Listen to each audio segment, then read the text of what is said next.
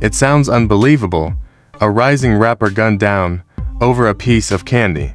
But that's exactly what reports said in the tragic case of Slim Dunkin, an artist whose life was just taking off, cut short by a senseless act of violence in a recording studio.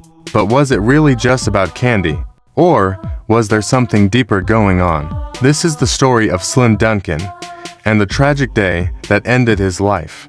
Before the headlines, Slim Dunkin was Mario Hamilton, a 24-year-old rapper from Atlanta, Georgia. He wasn't a household name yet, but in the streets and the southern hip-hop scene, he was on his way. Dunkin was closely affiliated with Waka Flocka Flame and part of the Brick Squad Monopoly movement. His gritty delivery and streetwise lyrics were gaining traction fast. You could hear the hunger in his voice.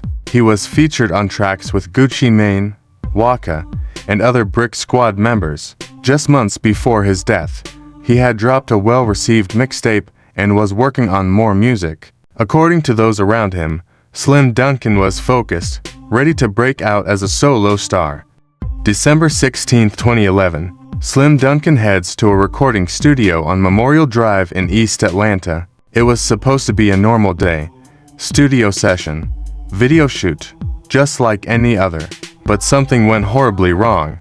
Around 5:30 p.m., reports say Dunkin got into an argument with another man inside the studio. Witnesses said it started over, and this is real, a piece of candy. One version of the story says Slim Dunkin took a piece of candy, possibly joking around, and the other man didn't like it. Words were exchanged. The argument turned physical. Then, it turned fatal.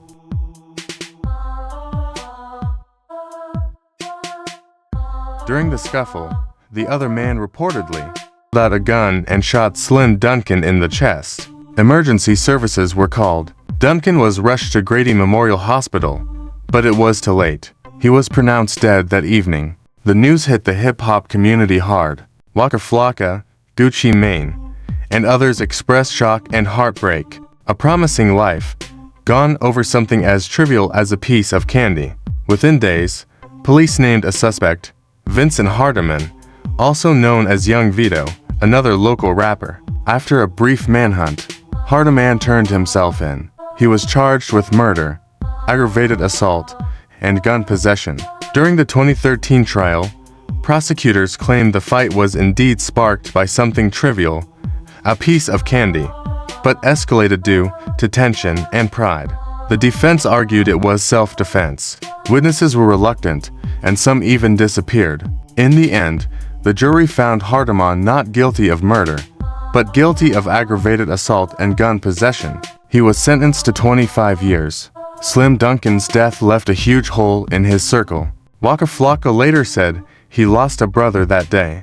The studio where he died was eventually shut down.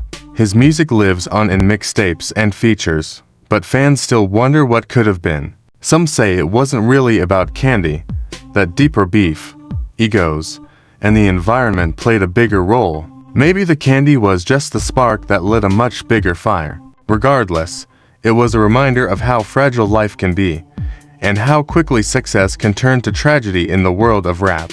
Slim Dunkin was 24 years old, a young talent, taken too soon, over something that should have never turned deadly. This wasn't just about candy, it was about pride, violence, and a moment that spiraled out of control. Rest in peace, Slim Dunkin. Like and subscribe for more stories from the world of hip-hop.